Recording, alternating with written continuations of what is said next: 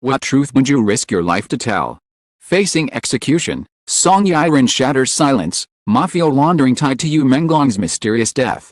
With the clock ticking and the world watching, final words pierce through the darkness, dragging untouchable powers into the spotlight. The question now is not whether the conspiracy is real, but how deep it goes. Stay with Red Carpet Revealed as we uncover every shocking detail, right now. What truth would you risk your life to tell? For Song Yiren, a woman facing the shadow of execution. The answer came with devastating clarity. With her final days dwindling and the weight of silence suffocating her, she chose to speak, not merely to defend herself, but to tear open the veil surrounding one of the most haunting mysteries of recent years, the death of Menglong. The courtroom was tense, heavy with the presence of guards, lawyers, and rows of journalists leaning forward with pens in hand. Cameras blinked like restless eyes, capturing every flicker of emotion. Outside, a sea of protesters chanted Yiren's name, their voices muffled by the thick glass walls but pulsing like a heartbeat of defiance. She had been quiet for months, accused of crimes she denied, portrayed as a pawn of shadowy powers. But now, at the very brink of her fate, she chose to speak, and the world froze to listen. They killed him because he knew too much, she declared, her voice steady, unflinching. The words reverberated through the chamber, cutting through the silence like a blade. For a moment, even the guards seemed stunned, their hands tightening on their weapons as if uncertain whether to silence her or shield her. Her revelation was not vague, not the half-truths of desperation. Instead, it was a confession filled with detail, shell companies, offshore accounts, and an underworld of mafia dealings that tied directly to Menglong's mysterious death. She spoke of boardroom meetings disguised as charity galas, of politicians rubbing shoulders with gang leaders, money funneled through art auctions and luxury real estate to wash the sins of a billion-dollar empire. The room erupted in chaos. Some reporters scrambled to record every word. Others shouted questions over one another, desperate for more. Lawyers objected, claiming irrelevance. But the judge allowed her to continue, recognizing the magnitude of her words. And continue she did, painting a picture so vivid, so horrifying, that even seasoned investigators would later admit it was the most explosive courtroom revelation they had ever heard. She described how Menglong, beloved actor and rising star, had stumbled upon evidence of these networks. In diary entries she claimed to have seen, he wrote about companies with no faces, that disappears and returns cleaner, and ominously. Meetings I cannot refuse. These notes, she insisted, revealed that you had uncovered a laundering operation tied to mafia-controlled shell firms. His sudden death, long brushed aside as a tragic accident, now loomed under a darker light, silenced not by fate, but by design. The confession sent shockwaves across the world. Within hours, headlines screamed with urgency, Song Yiren links mafia to Menglong's death. Courtroom bombshell shakes global entertainment industry, facing execution. Actress drops explosive truth. Social media ignited with hashtags, Song Yiren Truth, Justice for You. Mafia exposed, trending across continents. For Menglong's family, long voicing suspicions about foul play. Yiren's words were both vindication and agony. His mother, watching from a hidden corner of the court, wept openly, clutching a photograph of her son. She has spoken what we always feared, she told reporters through tears. Now the world cannot ignore us. But not everyone was convinced. Within hours, powerful figures issued denials, labeling her statements as the ravings of a condemned woman. Corporate spokespeople dismissed her claims as fabrications, carefully timed to sow chaos. State-controlled outlets published editorials suggesting she was manipulated by foreign actors. Her words nothing more than political theater. The more they dismissed her, the more the public believed. For the people who had loved Menglong, who had mourned him with vigils and songs, the pieces began to fit. His death had always seemed too abrupt, too mysterious.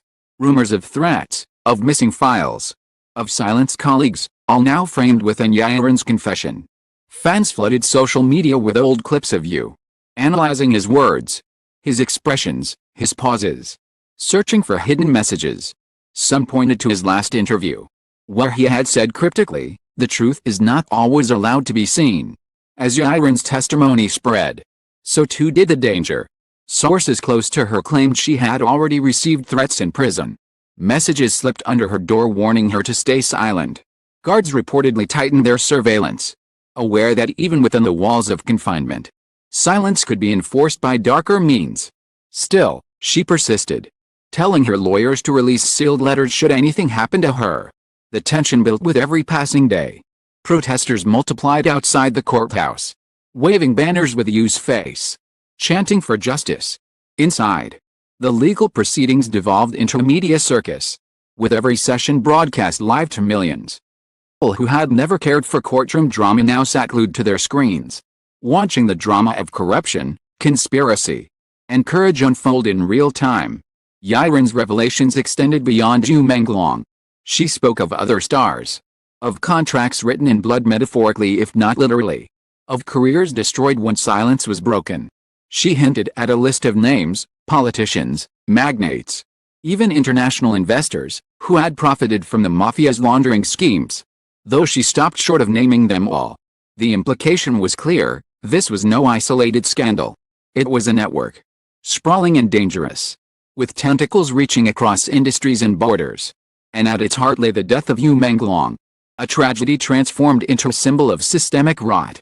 The courtroom buzzed with fear and fascination, the public hungrier with every revelation.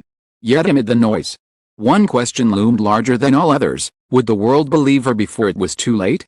Because the execution clock was ticking, the world awoke to headlines that read like the opening of a thriller: actress facing death penalty links mafia to star's mysterious death. What had begun as a tense courtroom drama now exploded into an international spectacle, with governments, corporations, citizens forced to confront the possibility that one of China's brightest stars had been silenced by forces far greater than fame itself. In Beijing, thousands gathered in candlelight vigils, holding placards of Yu Menglong's smiling face beside Song Yiren's defiant words, "They killed him because he knew too much." In Seoul, protesters filled city squares, chanting slogans in Mandarin, Korean, and English, demanding justice for a man they had adored on screen but mourned in real life. In Los Angeles, a massive projection of Yu's portrait appeared on the side of a skyscraper with the words "Truth cannot be executed." The story was no longer confined to entertainment tabloids. It dominated primetime news broadcasts from London to Tokyo. Analysts debated heatedly whether Song Yiren's testimony was genuine whistleblowing or the desperate invention of a condemned soul. But even skeptics could not ignore the power of the evidence she laid out: company registries, transaction codes, accounts tied to shell firms, all aligning with patterns known to investigators of global money laundering. The mafia connection shocked audiences worldwide. For years, whispers of organized crime lurking in the shadows of East Asian entertainment had been dismissed as paranoia. Now, with Yiren's revelations, those whispers roared into undeniable echoes. She described laundering routes that stretched from Macau casinos to luxury art auctions in Paris, from Hong Kong's financial towers to anonymous tax havens in the Caribbean. Each link, she claimed, is part of the same network, a web that Yu Menglong had stumbled upon just before his death. For Yu's family, the confirmation was both vindication and terror. His mother, frail yet unyielding, addressed reporters from her modest home, holding Yu's diary close to her chest. "They thought they could bury him," she said, her eyes glistening with tears. "But Song Yiren has proven his voice still speaks." Her words rippled across social platforms, shared millions of times within hours. But as the family stood firm, the backlash intensified. State-aligned outlets doubled down, calling Yiren's statements a performance for pity. Anonymous sources claimed she had been coached by dissidents seeking to destabilize the state. Still others suggested her testimony was part of a foreign intelligence operation. Yet these explanations felt increasingly hollow against the tide of documents, files, and eyewitnesses emerging in her wake. New leaks began to appear online, spreadsheets showing unusual transfers, voice recordings of businessmen discussing the Yu problem, and photographs of meetings in luxury hotels where mafia leaders mingled with entertainment executives. Not all were verified. Their mere existence deepened public suspicion. If the conspiracy were false, why did so much evidence seem to align with Yiren's claims? As the scandal ballooned, the world split into two camps. One believed Song Yiren, seeing her as a martyr sacrificing her final days for truth. The other dismissed her as a desperate liar weaving a story too grand to be real. But in either case, one fact could not be ignored: the death of Menglong was no longer a closed chapter. It had become a global obsession. Mafia, once unseen, now loomed like a shadow across every discussion. A swirled of retaliations planned, of witnesses silenced before they could step forward. Some journalists reported being followed, their laptops hacked, their families threatened. A prominent blogger investigating the scandal disappeared for 3 days, only to reappear shaken and refusing to speak of what had happened. The message was clear: the same forces that silenced you still held power, and they were not afraid to wield it. For Song Yiren herself, the days ticked by mercilessly. Remained in custody, her fate hanging on the execution order. Yet even from her cell, her voice carried. Letters revealed that she had written letters to be released posthumously, each containing more details of the Mafia network. "If I die, let my death not be in vain," one letter read. "Let it open the eyes of those who still choose to look away." Eyes of the world were indeed opening. Parliaments abroad held emergency debates on corruption in global entertainment industries. Lawmakers in Europe called for sanctions against companies implicated in the laundering networks. In Washington, senators demanded hearings on whether American corporations had unknowingly facilitated mafia transactions tied to Menglong's death. The scandal, once local, detonated into an international crisis. Yet amidst the thunder of politics and media, one truth remained haunting: Menglong was still gone. His voice silenced, his life cut short. And now, Song Yiren stood on the brink of the same fate. Together, their stories entwined like a tragedy written by unseen hands, two voices extinguished not by fate, but by the hunger of power. The storm did not subside, it grew. Each day, the revelations that began in a cramped courtroom spread further, inching into boardrooms, political chambers, and the streets where ordinary people demanded answers. Implicated in Song Yiren's testimony scrambled to protect themselves, while others, long silent, to whisper that her words contained only fragments of a much darker whole. In the entertainment industry, it was palpable. Executives who had once been photographed smiling beside Menglong now avoided cameras altogether. Production houses delayed film releases, afraid that their funding could be traced to one of the shell firms Yiren described. Rumors of cancelled contracts filled online forums. Actors who had been close to suddenly faced pressure to remain quiet, their social media accounts either scrubbed or eerily inactive. An anonymous insider leaked that a secret meeting of top producers and financiers had taken place in Hong Kong. Their agenda, according to the source, was not to seek the truth but to control the narrative. They debated how to frame Yiren's confession as fabrication, how to bury online chatter, most chillingly, how to neutralize any further leaks. This account alone sent waves of outrage across the internet. Neutralize who? Netizens demanded. What are they hiding? Meanwhile, Mafia-linked figures began to vanish. One day a mid-level businessman tied to a laundering firm failed to appear at his office. The next, an accountant known for moving illicit funds was found dead under suspicious circumstances. Whether these were silencing measures or desperate attempts to cut loose ends, no one could say. But the pattern was unmistakable: the web was unraveling. Caught in its threads were being erased. Menglong's family, already under immense strain, now found themselves thrust even deeper into danger. His mother reported being followed to the market by men in black suits. His sister discovered her phone had been hacked. Private messages copied and distributed to tabloids eager to discredit them. Yet in interviews, they remained unyielding. "We will not stop," his mother said, her voice trembling but determined. "They can chase us, threaten us, lie about us, but they cannot erase what is already written in his hand." And now, spoken by hers, the phrase, "written by his hand," spoken by hers, became a rallying cry online. Fans plastered it on posters, hashtags, and protest banners. Across Asia, the light vigils grew larger, with attendees holding both Yu's portrait and Song Yiren's courtroom photo. In Europe, activists projected the phrase across the walls of cultural landmarks. In New York's Times Square, a digital billboard displayed it alongside the words "Truth cannot be killed." For those who still doubted, independent journalists began piecing together the financial evidence. Investigative collectives in Germany, Britain, and South Korea cross-referenced corporate registries with leaked documents. Their findings aligned uncannily with Yiren's testimony, dozens of shell firms, all cycling money through real estate, film projects, and charity fronts.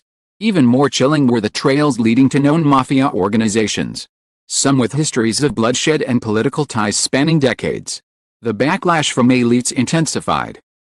Politicians dismissed the investigations as foreign meddling. Some outlets claimed the documents were forged using AI, muddying the waters with doubt. But the harder they tried to obscure the truth, the more relentless the global conversation became. In one televised debate, an analyst exclaimed, "If Song Yiren's words were lies, why are so many people in power working so hard to silence them?" The audience erupted in applause, a moment that went viral within hours. Song Yiren herself became a paradoxical figure, condemned by the state, but exalted by millions worldwide as a martyr in waiting. From her cell, she smuggled out letters to her lawyers, warning that more witnesses would be targeted. She begged the world not to let Yu's death fade into rumor, that his final days were spent terrified, determined to act. He knew the walls were closing in, she wrote, but he believed the truth would outlive him.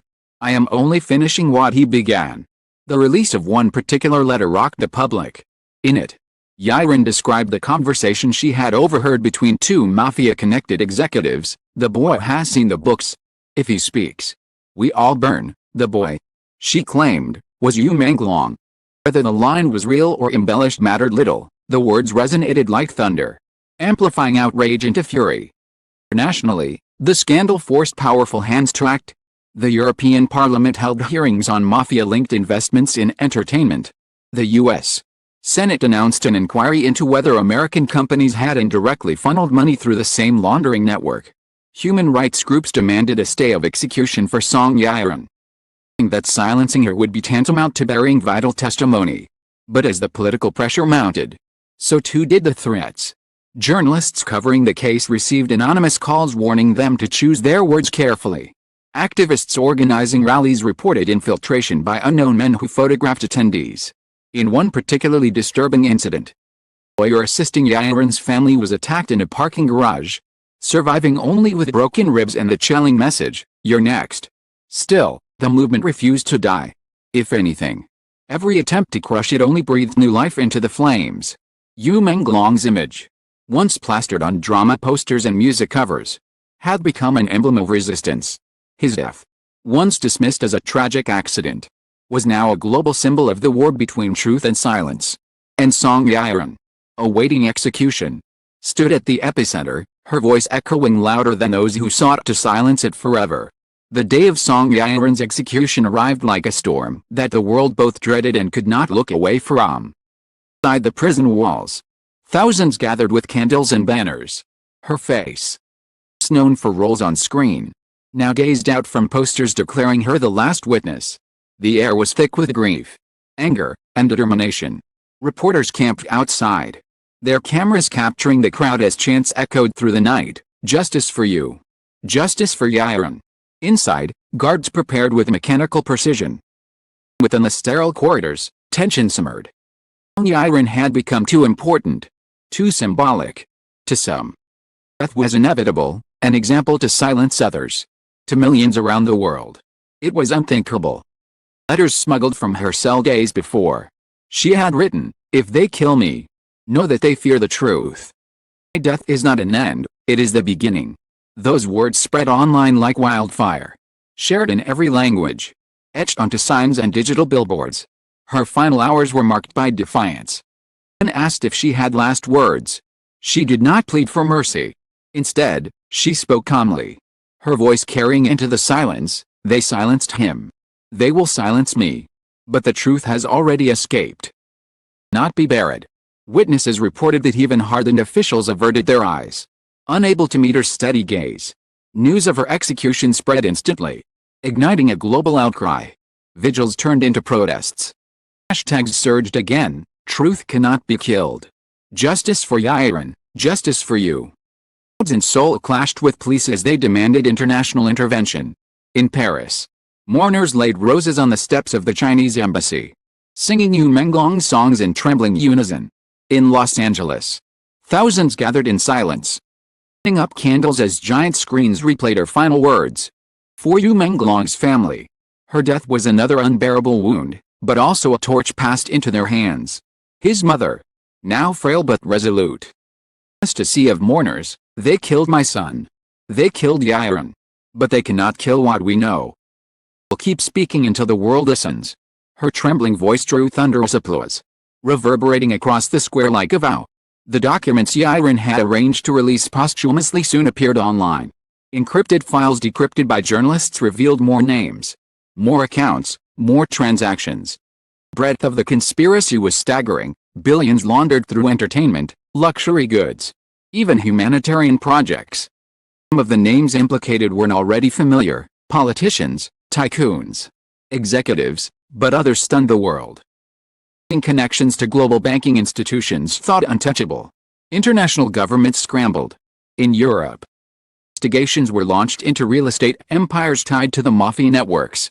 In Washington, hearings were scheduled to question tech firms whose platforms had facilitated money transfers. The United Nations issued a rare statement urging transparency and protection for whistleblowers, citing Yu and Yiren as examples of the human cost of silence. Alongside the progress came darker consequences. Several activists who had championed the case reported threats and harassment. A journalist in Hong Kong investigating the laundering network was abducted and found days later, shaken but alive, muttering only, "They know everything." Anonymous accounts online warned that more blood would be spilled if the truth spread further. Yet it was too late. The truth had already taken on a life of its own. Yu Menglong's death, it's a personal tragedy, had become a movement. Song Yiren's execution, meant to silence, had amplified that movement into a global roar.